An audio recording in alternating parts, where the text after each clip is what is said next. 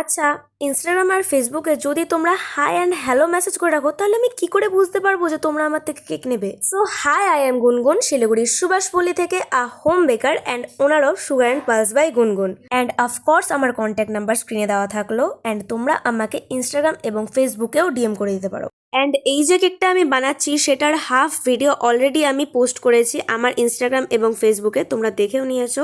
So আমার কিছু কথা তোমাদের সাথে শেয়ার করার ছিল, তাই জন্য আমি আরও হাফ ভিডিওর মাধ্যমে তোমাদের সাথে সেই কথাগুলো শেয়ার করব। দেখো, ইনস্টাগ্রাম এবং ফেসবুকের ডিএমটা অ্যাকচুয়ালি কিন্তু আমাদের প্রাইভেট এরিয়া, যেখানে আমরা আমাদের কাছের মানুষ যেমন কি বন্ধু বান্ধব, ফ্যামিলি মেম্বার্স এবং আদার লোকজনের সাথে পার্সোনাল চ্যাট করার জায়গা।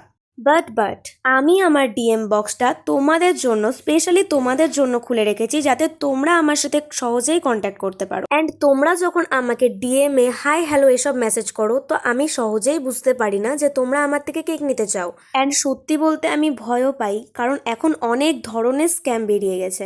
অ্যান্ড আমার মনে হয় ভয় পাওয়াটাই স্বাভাবিক, যাতে আমি কোনো স্ক্যামের শিকার না হয়ে যাই।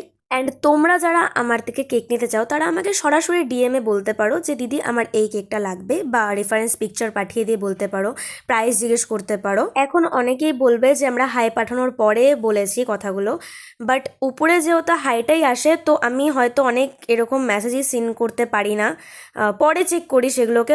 বাট কেউ হয়তো এরকম থাকে যাদের আর্জেন্ট দরকার, মানে আজকে বললো কালকেই দরকার, সেটা হয়তো আমি স্কিপ হয়ে গিয়ে 2-3 দিন পরে আমি রিপ্লাই করছি, তো তার হয়তো সেই কেকটা আর্জেন্ট দরকার ছিল। সো এটাই তোমাদেরকে বলার ছিল, আজকে এখানেই শেষ করছি। টাটা।